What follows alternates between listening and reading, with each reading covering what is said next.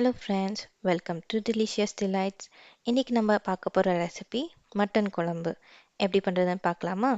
இதுக்கு தேவையான பொருட்கள்: 4 டேபிள் ஸ்பூன் எண்ணெய், லவங்கம் 2, பட்டை சிறிய துண்டு, 1 வெங்காயம், இஞ்சி பூண்டு விழுது 1 டேபிள் ஸ்பூன், 1 தக்காளி, மிளகாய்த்தூள் 3/4 டேபிள் ஸ்பூன், தனியா பவுடர் 1 டேபிள் ஸ்பூன், மஞ்சள் தூள் 1/4 ஸ்பூன், மட்டன் 1/2 கிலோ, புதினா கொத்தமல்லி சிறிதளவு, உப்பு தேவையான அளவு. இன்னைக்கு நம்ம குக்கரில் தான் மட்டன் குழம்பு செய்ய போகிறோம். அப்போ தான் மட்டன் நல்லா சாஃப்டாக வெந்து வரும். குக்கர் நல்லா சூடேறினதும் 4 டேபிள் ஸ்பூன் எண்ணெய் சேர்த்துக்கோங்க.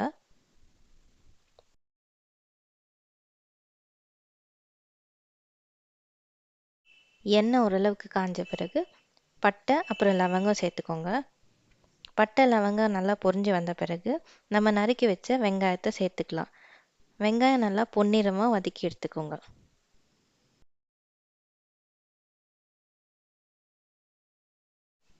ஸ்டவ் லோ ஃப்ளேம்லேயே வச்சு வதக்கலாம்.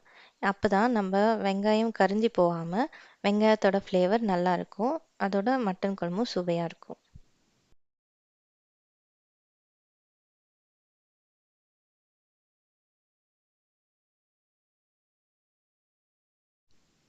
வெங்காயம் நல்லா சாஃப்ட் ஆகிற வரைக்கும் வதக்கிட்டு 1 டேபிள் ஸ்பூன் இஞ்சி பூண்டு பேஸ்ட் சேர்த்துக்கோங்க.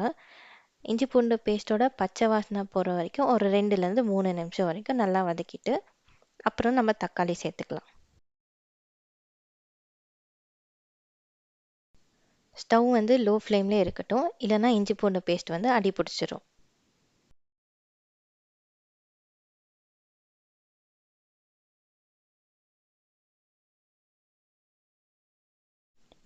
இப்போ நம்ம இஞ்சி பூண்டு பேஸ்ட்டு நல்லா பச்சை வாசனை போய் ரெடி ஆகிடுச்சு. இப்போது நம்ம கட் பண்ணி வச்சு தக்காளியை சேர்த்துக்கலாம். தக்காளி நல்லா வதக்கணும்.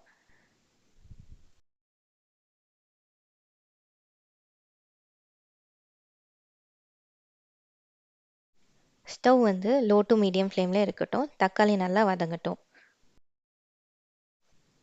இதை பார்த்தீங்களா, தக்காளி இந்த அளவுக்கு நல்லா சாஃப்டாக வதங்கியிருக்கணும். இதுக்கப்புறம் நம்ம மசாலா பொருட்களை சேர்த்துக்கலாம்.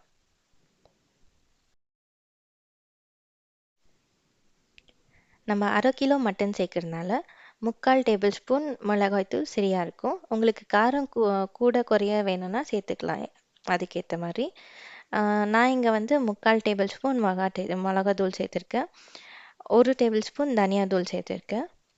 1/4 டேபிள் ஸ்பூன் மஞ்சள் தூள் சேர்த்துருக்கேன்.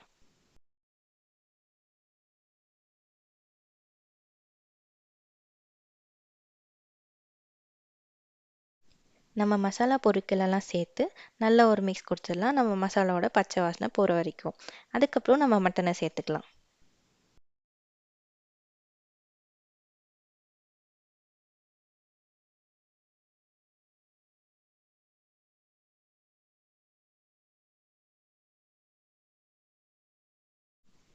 இப்போ நம்ம கழுவி வச்சுருக்க மட்டன் இதில் சேர்த்துக்கலாம். மட்டன் ஒரு 2லேருந்து 3 தடவை நல்லா வாஷ் பண்ணிக்கோங்க.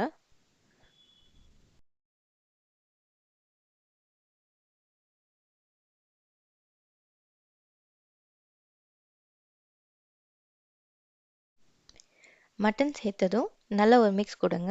அப்போ தான் நம்ம மசாலா எல்லாம் நல்லா மட்டனில் ஒட்டும்.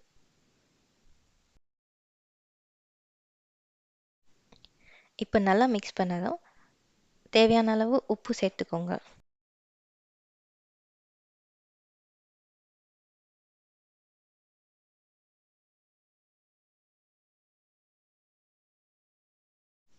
பொடியாக நறுக்குன புதினா கொத்தமல்லி சேர்த்துட்டு நல்லா கலந்து விட்டுருங்க.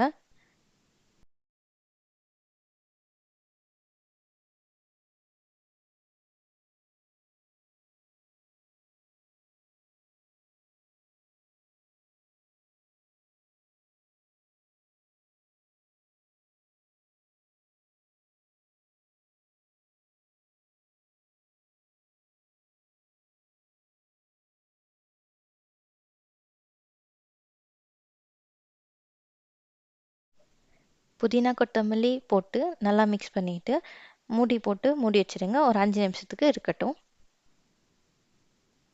இதுதான் ரொம்ப முக்கியமான ஸ்டேஜ். நெறைய பிகினர்ஸ் பண்ற மிஸ்டேக்கே இதுதான். நம்ம மட்டன் கலக்கி விட்டுட்டு 5 நிமிஷம் விடாம தண்ணி ஊத்தி சேர்த்துருவோம். அதனால அ மட்டன்ல உப்பு, காரம் எதுவுமே ஏறாம இருக்கும். இதுதான் ரொம்ப முக்கியமான ஸ்டேஜ். நடுவுல ஒரு 2 தடவ மூடிய ஓப்பன் பண்ணி கலக்கி விட்டுட்டு மறுபடியும் மூடி வச்சுருங்க. மட்டன்லேருந்து தண்ணியெல்லாம் வெளிய வந்து லேசா எண்ணெய் மேல தெரியிற மாரி இருந்தா கரெக்டான ஸ்டேஜ். இப்ப பார்த்தீங்கன்னா, மட்டன்ல இருந்த தண்ணியெல்லாம் நல்லா வெளிய வந்து, நல்லா கொதிச்சு, லேசா அந்த எண்ணெய்லாம் வெளிய பிரிஞ்சு வரும். அந்த டைம்ல மட்டன் மூழ்குற அளவுக்கு தண்ணி ஊத்தி, குக்கர் மூடி போட்டு, விசில் போட்டு வச்சிடலாம்.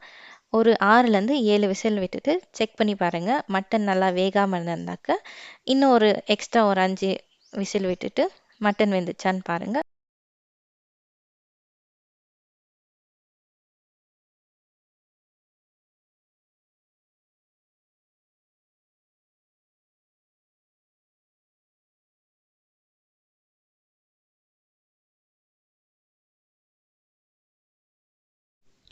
எனக்கு வந்து கரெக்ட்டா 10 விசில் விட்டுருக்கேன் இந்த மட்டன் வேகறதுக்காக. ஃபர்ஸ்ட்டு ஒரு 6 விசில் விட்டிருந்தேன். அப்போ மட்டன் கொஞ்சம் ஹார்டா அந்த மாரி இருந்துச்சு. அதனால இன்னொரு 4 விசில் எக்ஸ்ட்ராவா விட்டிருந்தேன். அப்புறம் நம்ம மட்டன் நல்லா சாஃப்ட்டா குக் ஆயிடுச்சு.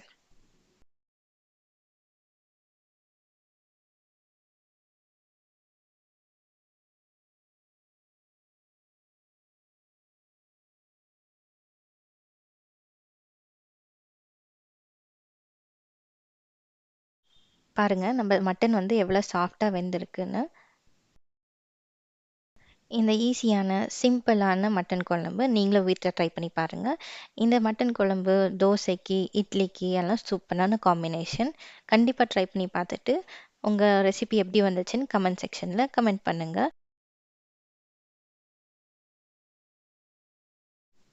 அவ்வளோதான் ஃப்ரெண்ட்ஸ். இந்த சிம்பிளான இன்க்ரீடியன்ட்ஸ் வச்சு ஈஸியான மட்டன் குழம்பு எப்படி செய்யறதுன்னு பார்த்துக்கிட்டிங்கல்ல. இந்த ரெசிபி உங்களுக்கு பிடிச்சிருந்தா கண்டிப்பாக லைக் பண்ணுங்கள். எங்கள் சேனல் சப்ஸ்கிரைப் பண்ணிக்கோங்க. சப்ஸ்கிரைப் பண்ணி பக்கத்தில் இருக்க பெல் ஐக்கான் ப்ரெஸ் பண்ணிக்கோங்க. அப்படியே ஆல் என்ற ஆப்ஷன் செலக்ட் பண்ணிக்கோங்க. அப்போ தான் நாங்கள் போடுற அடுத்த ரெசிபிஸ் உங்களுக்கு நோட்டிஃபிகேஷனாக வரும். தேங்க்யூ.